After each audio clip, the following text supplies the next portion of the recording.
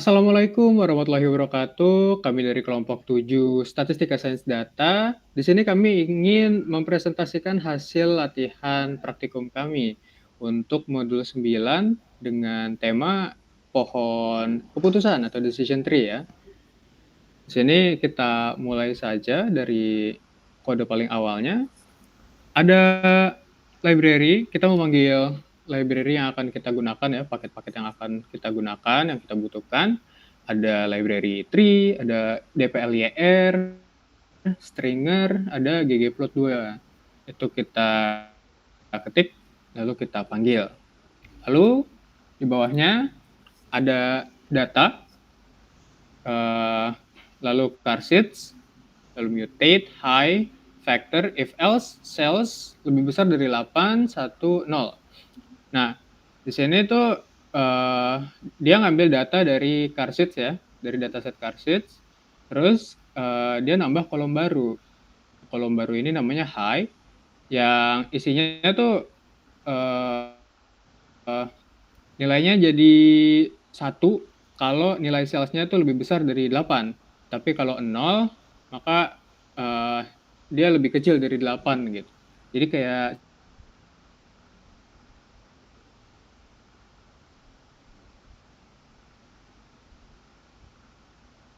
yang di dalam dataset tuh jadi huruf kecil semua.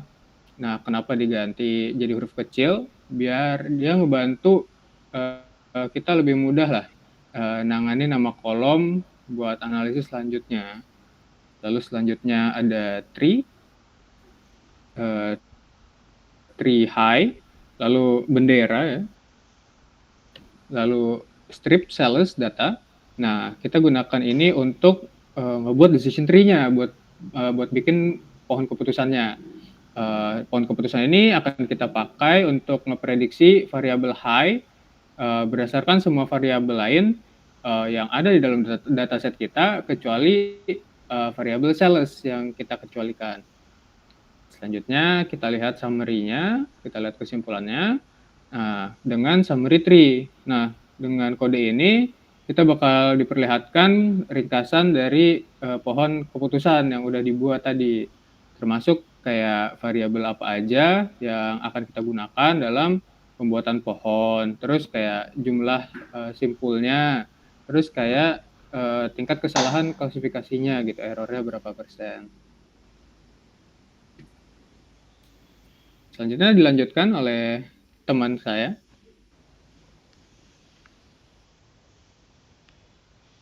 Baik, untuk penjelasan selanjutnya,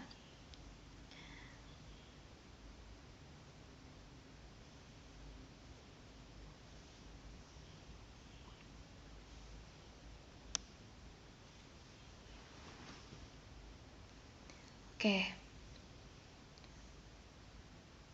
Maaf untuk Khairul tadi sampai mana ya penjelasannya? Tadi sampai summary untuk memperlihatkan kesimpulan dari tree, dari pohon keputusan. Oke, Summary tree. oke.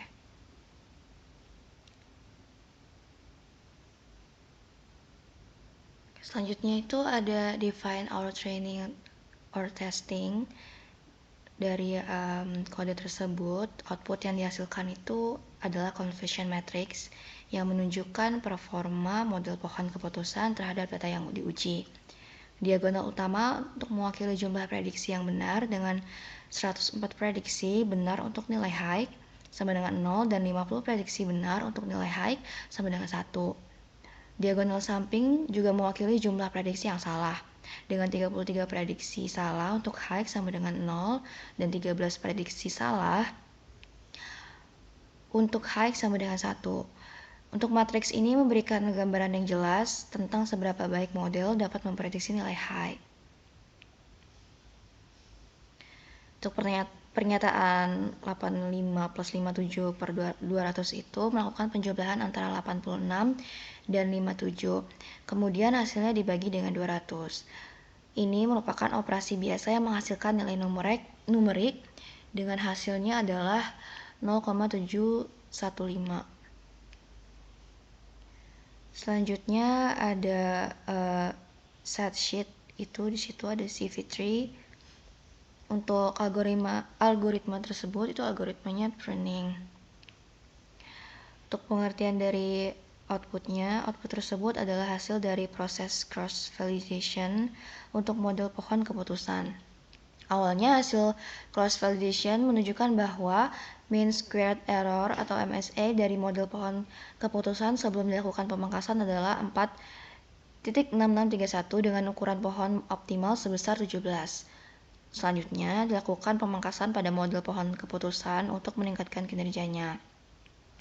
Untuk hasilnya menunjukkan bahwa tes MSE dari model pohon keputusan setelah pemangkasan tetap 46631. Daftar ukuran pohon yang dipangkas juga diberikan beserta deviance dan metode pemangkasannya. Untuk hasil cross validation ini memberikan informasi penting mengenai kinerja model pohon keputusan serta ukuran pohon yang optimal setelah pemangkasan. Informasi ini dapat membantu dalam pemilihan model yang tepat untuk data yang ada. Dan output tersebut merupakan confusion matrix setelah model pohon keputusan mengalami pemangkasan. Diagonal utama dari matriks menunjukkan jumlah prediksi yang benar, dengan 79 prediksi benar untuk nilai high sama dengan 0 dan 34 prediksi benar untuk nilai high sama dengan 1. Diagonal samping menunjukkan jumlah prediksi yang salah dengan 49 prediksi salah untuk high sama dengan 0 dan 38 prediksi salah untuk high sama dengan 1. Matriks ini memberikan gambaran yang jelas tentang akurasi dan kesalahan prediksi model setelah dilakukan pemangkasan.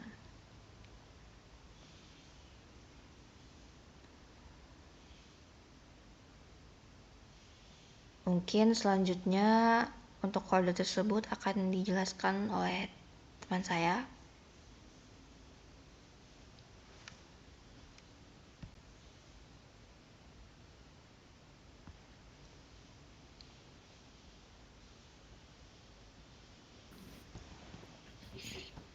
Oke, selanjutnya di sini kita akan lakukannya fitting lagi terhadap untuk regression tree-nya. Dimana kita sini manggil library Boston, kita setnya 1, kita lakukan split dari di sini datanya, yaitu mulai dari sampel, ada data train, data test, satu tree train, dan summary tree train. Lalu didapatkan hasil regresi tree-nya seperti ini, menunjukkan bahwa residual mean deviance distribution, number of residual mean deviance artinya bisa dibilang error ya, dari nilai mean itu rataan errornya. Lalu sini kemudian kita Oke, sekali aja. Dari sini kita simpulkan bahwa output dari kode di atas adalah summary model pemutusan digunakan memprediksi nilai median harga rumah MedV berdasarkan pada variable lain dalam dataset Boston Housing. Model ini menggunakan variabel utama jumlah rata-rata kamar per rumah, presentasi penduduk, pendahit, tingkat kejahatan per kapita, presentasi unit dibangun. Model ini memiliki 7 simpul terminal dan residual mean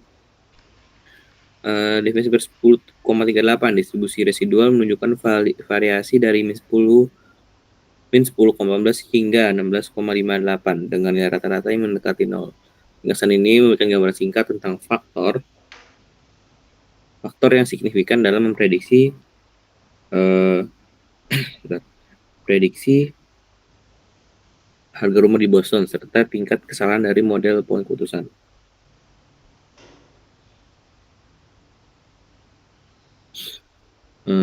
Oke. Nah, lanjut di sini kita kita ngeplotnya hasil dari tree train tadi, dan kita kasih penjelasan bahwasannya di sini sepaham saya bahwa model terbaik itu yang diambil paling kiri dari tree tersebut, yaitu di mana RM-nya di bawah dari 5,53 dengan nilai 21,38. Nah, kode tersebut menghasilkan plot dari model keputusan yang telah dibuat tree train. Di dalam plot kita ditambahkan untuk penambahan kejelasan saya, itu plot ini memberikan visualisasi tentang bagaimana model membagi data ke dalam kelompok berdasarkan variabel prediktor. serta bagaimana keputusan dibuat pada setiap simpulnya. Dengan melihat ini kita tahu bagaimana model membuat prediksi berdasarkan fitur yang ada. Lalu ini juga membantu interpretasi dan pemahaman tentang cara kerja model melakukan prediksi. Setelah prediksi.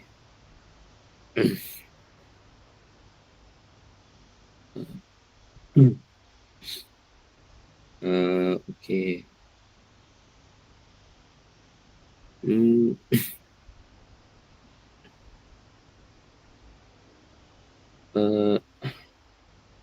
Selanjutnya kita ke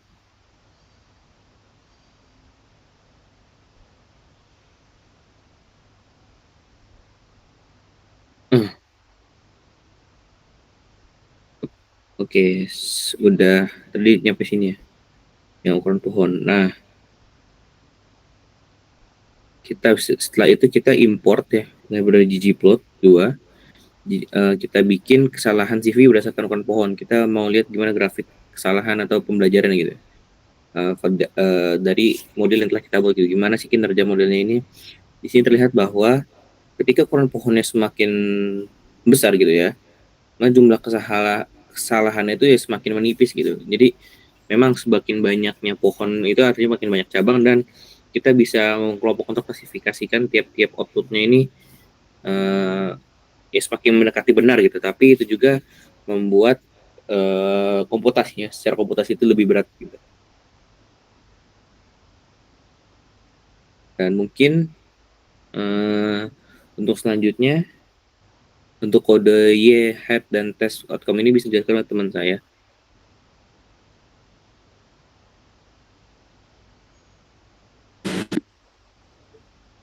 Oke, selanjutnya saya akan menjelaskan scatter plot dari pohon keputusan yang kita miliki, di mana di sini ada variabel X-nya yang yaitu diwakili Y hat, dan Y-nya adalah test outcomes. Boleh dibawahin lagi. Nah, di mana kode tadi dipakai untuk menggunakan model pohon keputusan yang telah di-training untuk melakukan prediksi pada data test kita. Nah, hasil prediksinya akan disimpan nantinya dalam variabel Y hat, sementara nilai aktualnya dari data uji disimpannya pada variabel test outcomes. Kemudian kita akan membuat plot scatter plot antara hasil prediksi Y hat dan nilai aktual test outcomes. Dan scatter plot ini bisa membantu kita untuk mengevaluasi seberapa baik model pohon keputusan kita akan memprediksi nilai aktual, di mana titik-titiknya yang akan lebih dekat dengan garis diagonal menunjukkan prediksinya yang lebih baik. Nah, selain itu, plot ini juga bisa membantu kita untuk mengidentifikasi pola dari prediksi model yang kita miliki. Nah, setelah kita buat scatter plotnya untuk melihat dan mengevaluasi model kita, di sini kita akan menghitung nilai mean square errornya. Nah, dengan pada tersebut boleh dibawain lagi untuk MSE-nya.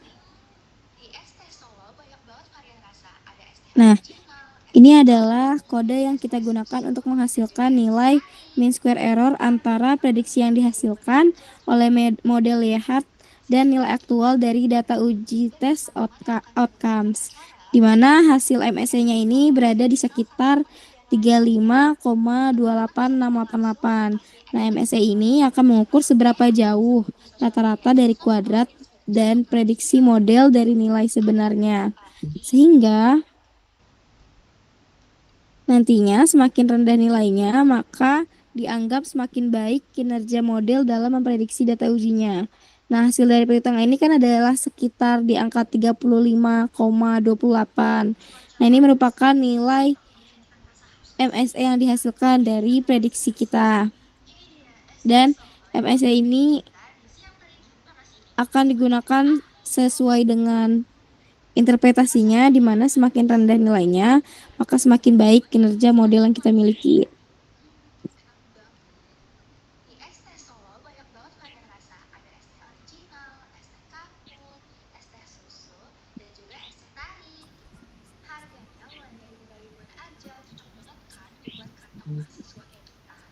Apa Mini sudah selesai? Mungkin selanjutnya mengenai pembentukan random forest-nya bisa dilanjutkan oleh teman saya di part terakhir. Oke. Sebelumnya teman-teman, apa suara saya terdengar dan cukup jelas? Takut putus-putus karena koneksi soalnya. Aman ya Terdengar, guys? Bang Syahid. Aman. Untuk sekarang aman. Bismillah, aman sampai beres deh. Oke. Melanjutkan penjelasan dari Jasmine tadi, untuk memunculkan random forest. Jadi kita panggil ya library-nya, library random forest. Itu kita execute kodenya, kemudian masuk ke kode baris kode yang tadi ditampilkan di layar. Di situ ada set.sit dalam kurung 1 dan seterusnya. Berikut juga outputnya. Jadi dari output itu tuh ngasih tahu kita permodelan pakai metode random forest sesuai library yang kita panggil tadi, yang tujuannya tuh untuk memprediksi nilai median, dalam hal ini harga rumah, yang kita kasih variabel MED V gitu, yang diambil dari seluruh variabel lain dalam data pelatihan atau train data. Di mana model ini tuh terdiri dari 500 model pohon ya, pohon keputusan, decision tree seperti tertera di hasilnya. Di situ ada number of trees, itu sebanyak 500. Kemudian dari setiap pohonnya itu mempertimbangkan 13 variabel pada setiap pembagian. Di situ ada number of variables tried at each split. Nah, itu 13 di situ. Kemudian jadi model itu juga tertera juga, model ini type of random forest-nya itu regresi ya. Di mana dengan hal tersebut memperoleh nilai nilai mean of squared residual atau residual dari rata-rata kuadrat itu sebesar 11,33119. Yang apa artinya? Artinya rata-rata kesalahan dari model itu ini bernilai segitu gitu, rata-rata kesalahan dari model yang kita gunakan.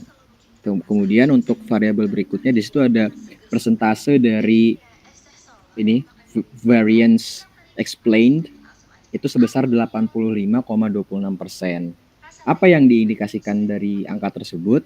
Yakni seberapa baik model yang kita gunakan ini untuk menjelaskan variasi dalam data, karena namanya juga variance ya teman-teman.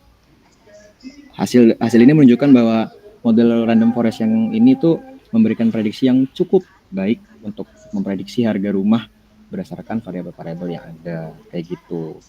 Kemudian masuk ke baris kode berikutnya yang y hat, itu kalau di tulisannya itu y hat gitu, dan seterusnya. Itu didapatkan output berupa angka sebesar 23,4579, di mana nilai ini tuh merupakan MSE ya, MSE median squared explained ya, yaitu dimana ini adalah rata-rata dari kuadrat perbedaan antara nilai prediksi dan juga nilai aktual dari harga rumah. Jadi kita punya nilai prediksinya sekian, terus nilai aktualnya sekian. Nah, selisih dari kedua variabel tersebut dikuadratkan. Terus ada catatan juga, di mana semakin rendah nilai MSE ini, itu mengindikasikan bahwa semakin baik juga kinerja model kita dalam memprediksi. Dalam hal ini, itu nilai dari harga rumahnya, seperti itu. Kemudian masuk ke baris kode yang berikutnya, yang forest, tanda panah, random forest, dan seterusnya. Itu memunculkan output angka sebesar 19,88374. Jadi kode ini tuh bikin model random forest-nya tuh buat memprediksi nilai median dari harga rumah yang variabelnya MEDV tadi. Berdasarkan apa? Berdasarkan variabel lain dalam data train. Habis itu model tersebut digunakan untuk melakukan prediksi lagi pada data tes, yaitu mean squared error-nya MSE antara nilai prediksi dan nilai aktual dari harga rumah pada data ujinya dihitung. Jadi muncullah output yang 19,88374 tadi. Oh ya tadi maaf, MSA itu koreksi itu mean squared error ya guys. Maaf tadi di bagian sebelumnya salah. Begitu.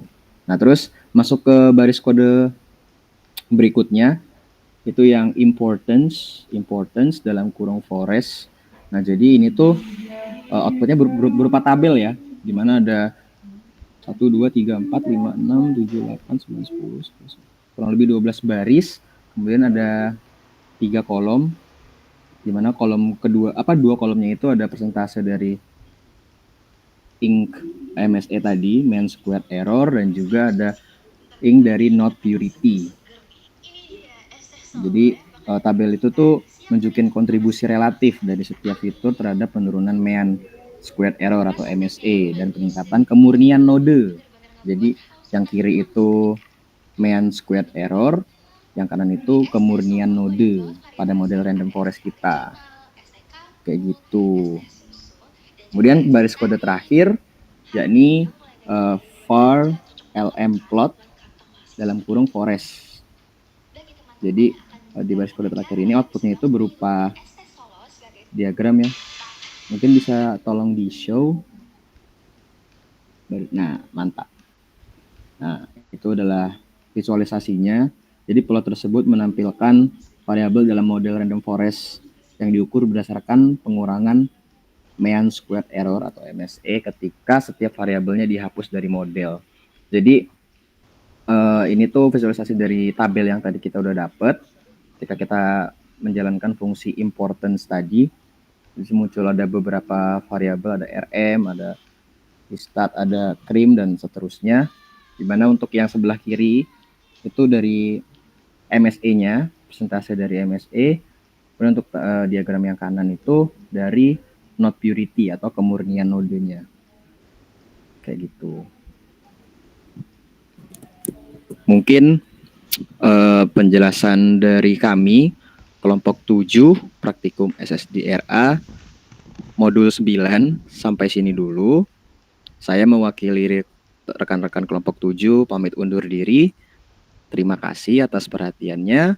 Wassalamualaikum warahmatullahi wabarakatuh. Wassalamualaikum warahmatullahi wabarakatuh. Terima kasih semua.